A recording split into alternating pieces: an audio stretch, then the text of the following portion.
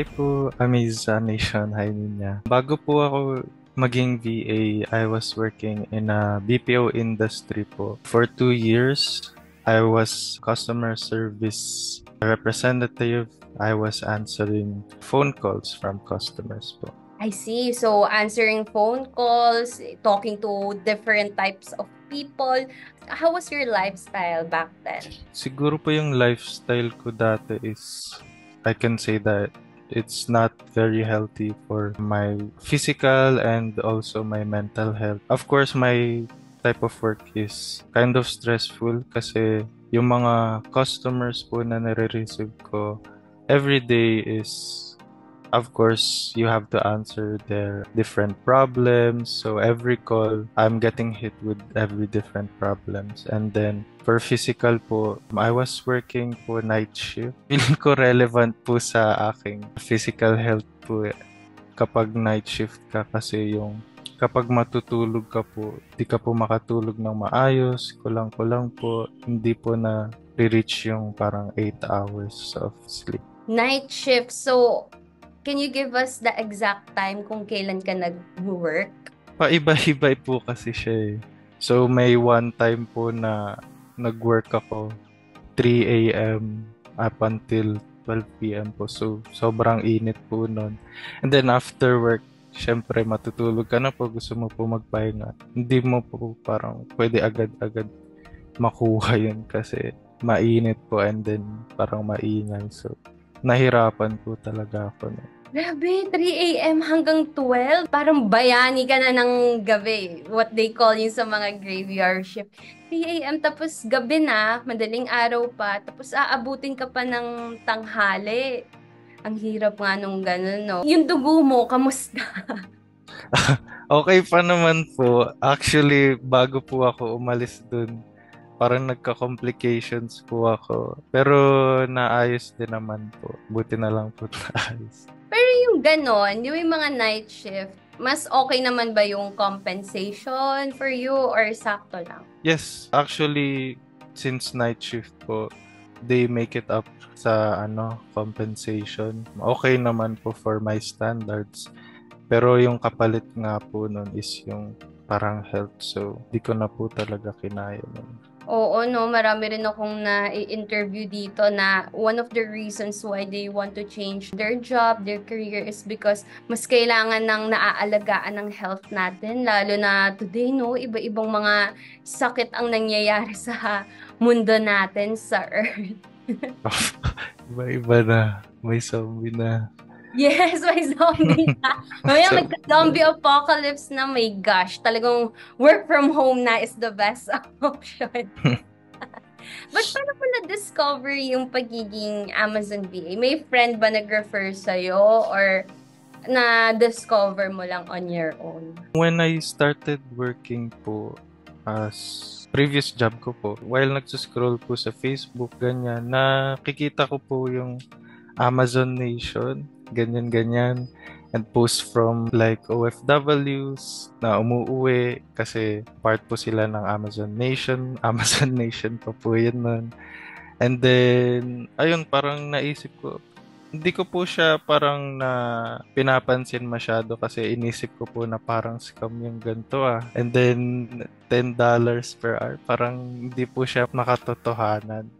Hindi ko po siya pinansin noon. And then, nung pagka-resign ko po sa previous job ko po, parang naisip ko na, why don't I look into this? Parang check mo po muna yun kasi it sounds nice. Almost sounds too good to be true pero ni-research ko po talaga siya. I started watching success stories on YouTube and then after watching several success stories, dun ko po na-realize na parang legit naman po talaga and nakakatulong naman din po talaga for fellow Filipinos and especially people that who are working in the BPO industry. Nagta-transfer po sila into being a VA.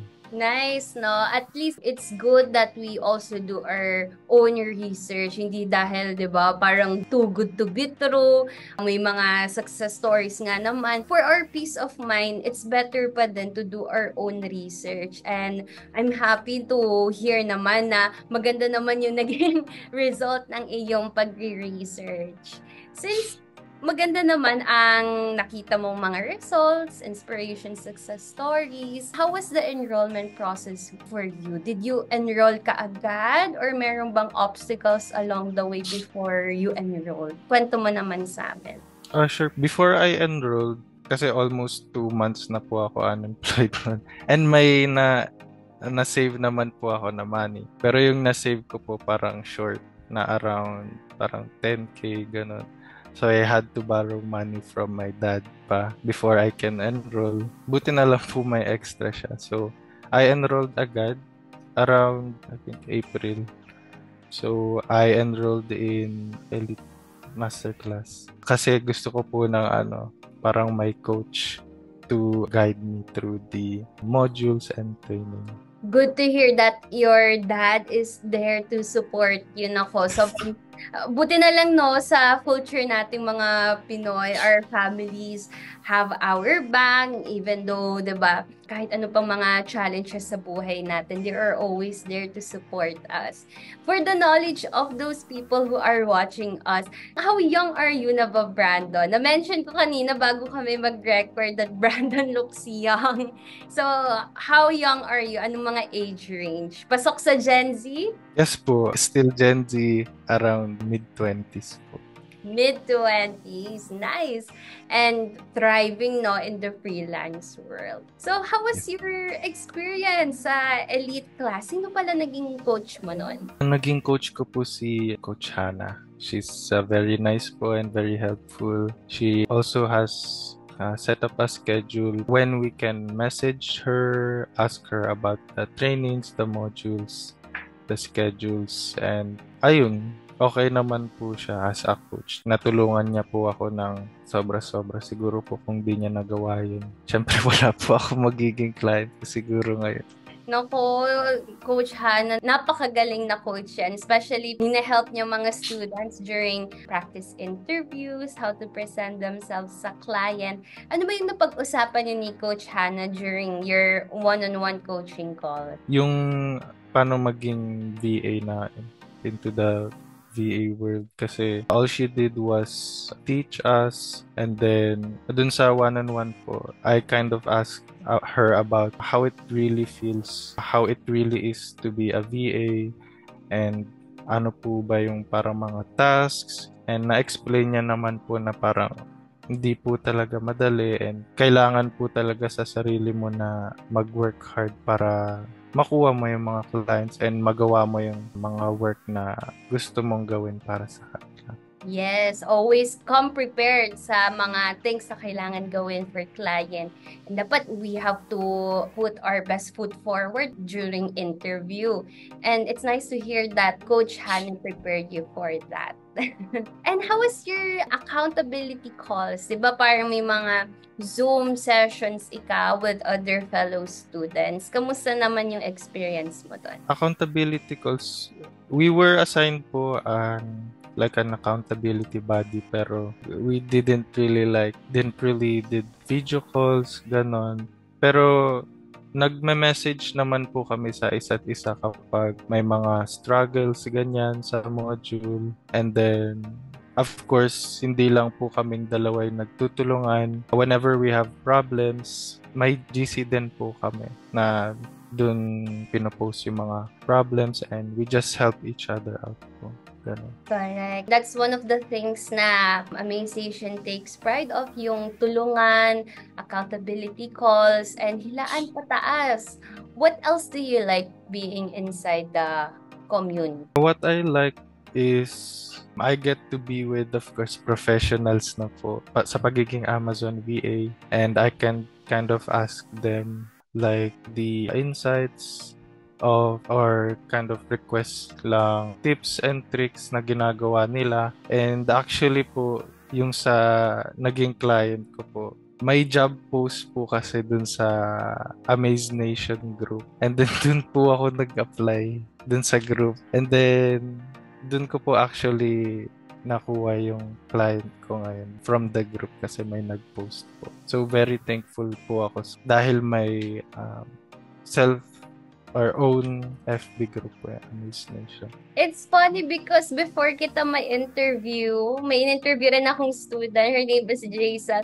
Within the community din niya nakuha ang kanyang first client. So masasabi natin sulit talaga yung naging educational fee natin sa Amaze Nation. Not just because the access of modules, coaches, but yung meron ka ding access yung mga kinds of networks from mga seasoned VAs inside the community. And it's true, guys, tuloy-tuloy yung pag-share namin ng mga job postings from seasoned VAs na they're opening their doors kahit sa mga newbies. Ang una nilang kinukuhaan ay within Amaze Nation students. Kasi syempre, dumaan sa high quality of training. And if you are watching this right now, at gusto mo maging Amazon VA, go to our description box below. May free ebook doon. Just type in your name, email address, at padadala namin sa iyo ang free ebook para may jumpstart ka na on what it's like to become an Amazon VA.